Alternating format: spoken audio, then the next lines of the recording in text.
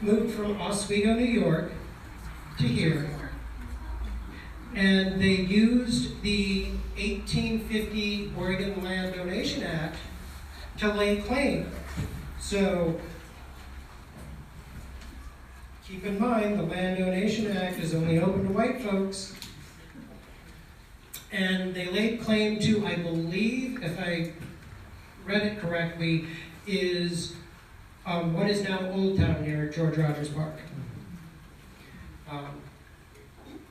Now, again, you might be asking yourself, didn't someone live there?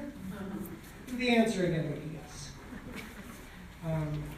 The Clackamas Band of Native Americans were up and down the Willamette River. There were 4 or 5 different groups, but the Clackamas Band, from what I read, is what they were called. With the white folks moving into the Oregon Territory, disease had wiped off a significant portion of the native population. But some were still here. And then in 1855, the federal government moved them all to the Grand Road Reservation.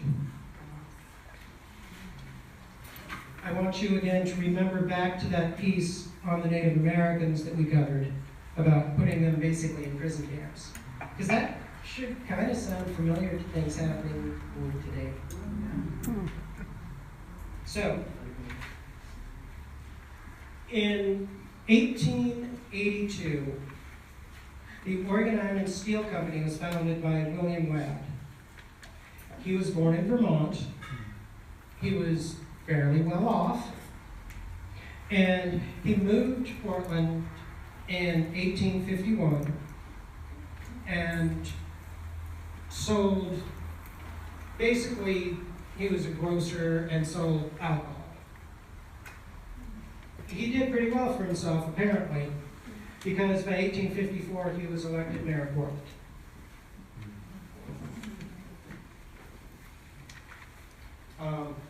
The idea behind Oregon Iron and Steel was to have the West Coast Pittsburgh. That didn't work out. So, right?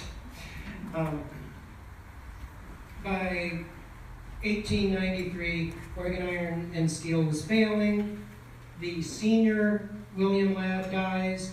His son, conveniently named William Ladd, takes over his estate.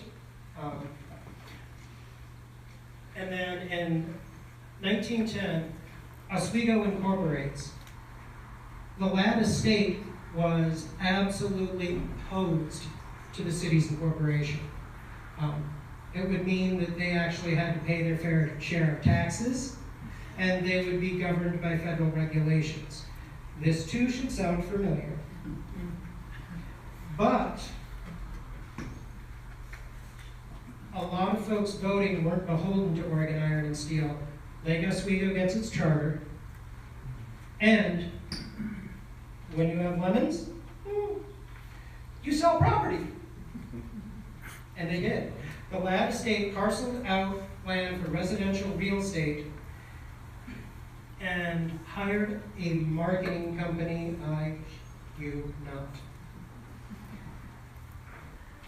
At this time, the great outdoors was a fairly in vogue thing in America. People were getting out and enjoying the outdoors.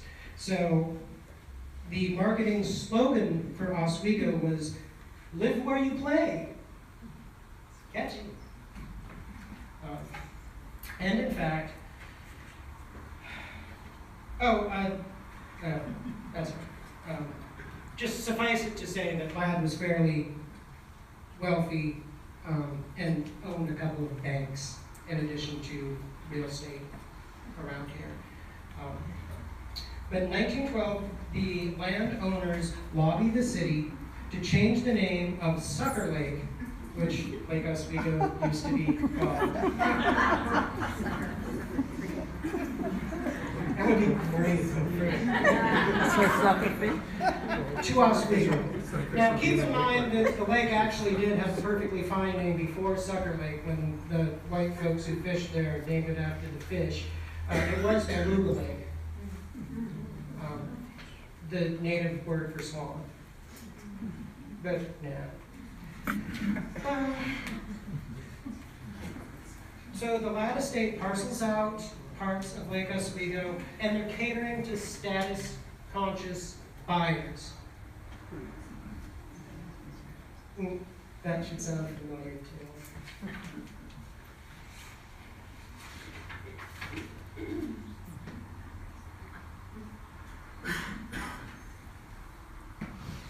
All right, so the Lake Oswego Country Club gets built in 1925 as on parts of the Ladd estate. And in 26, the Ladd estate sells what is now Dunthorpe. You all know Dunthorpe? The rich section up to Williger, I think it is. I don't get to go there, so I don't know. And Lake Oswego to Paul Murphy. Paul Murphy was a Ladd estate employee. But before that, he was also the president of the Portland Realty Board. So he most certainly knew the value of the land that he was buying. He most certainly knew who was able to buy here and who they wanted here. So Murphy uses restrictions and building requirements to ensure exclusivity of Lake Oswego. They bar businesses from building in residential areas, so they have a commercial center and then residences. It's still kind of, I can't find a corner store in my neighborhood. I really wish I could find a corner store in my neighborhood sometimes. And expensive homes were purposely built to cater to people with money.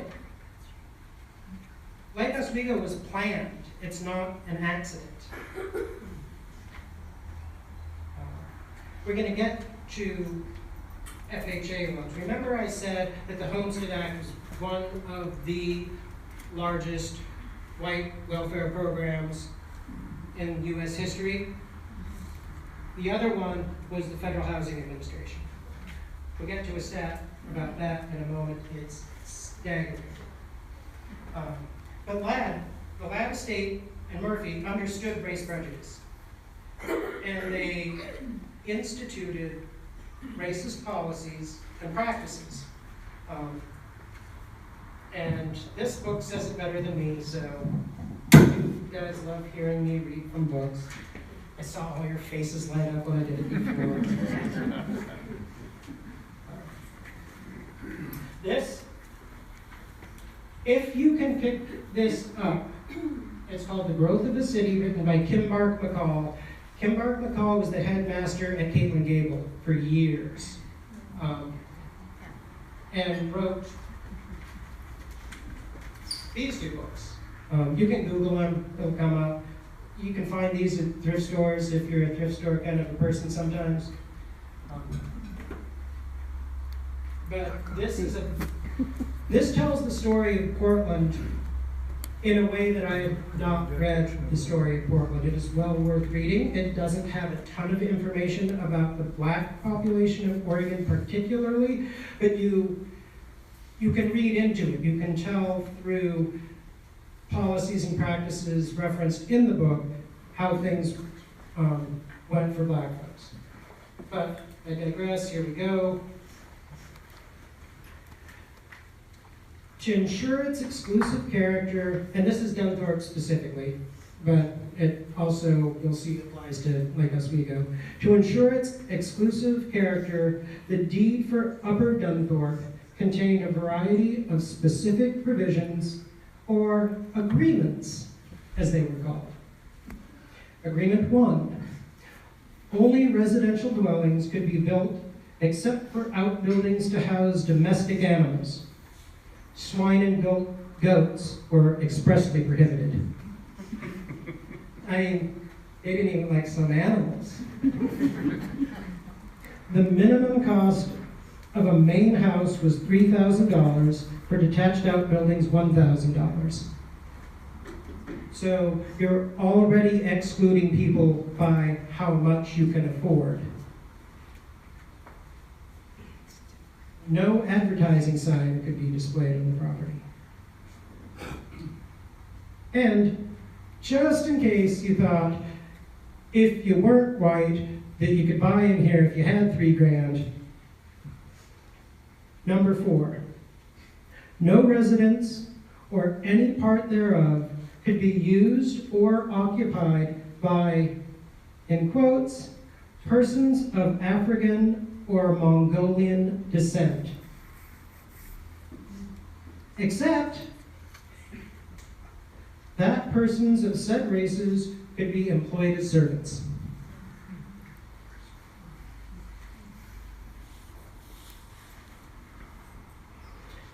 As described, this was the most restrictive deed in the greater Portland area. It was written at the behest of William Ladd, the ranking leader of Portland's native aristocracy, a person who dedicated his life to causes such as the YMCA, the Portland Art Museum, and Reed College.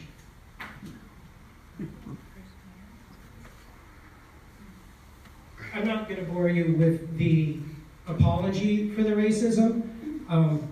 The information in the book is interesting, but historians do us a terrible disservice when they go on.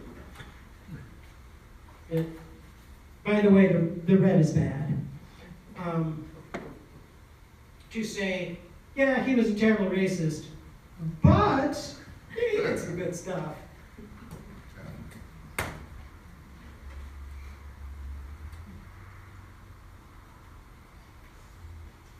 All right. Well, I guess I should, so the part about FHA loans, I have it on this slide, it wasn't there for a reason. FHA loans, the FHA was started in 33, started giving out loans in 34, the Federal Housing Administration. Subsidized home costs to buyers, but the buyers were almost exclusively white. Between 1934 and 1962, the FHA subsidized $120 billion of loans. $120 billion of loans. Over 98% of those loans went to white families. That would be the other largest white welfare program. Again, keep in mind, the things that build wealth, land and your home. Black folks were largely excluded from both of those. We're not going to get to this. I believe, actually, Bruce might have covered it a month ago, 2 months ago, and it's information readily available. But this is about redlining in Portland. And I had a whole other slide, but I chose to axe it because I wanted to give us time to chat, if you're up for it after this. So this is from 1949. Some lucky person, Mr. Langman, received his letter from the Lake Oswego Development Company. He qualified to buy a home here.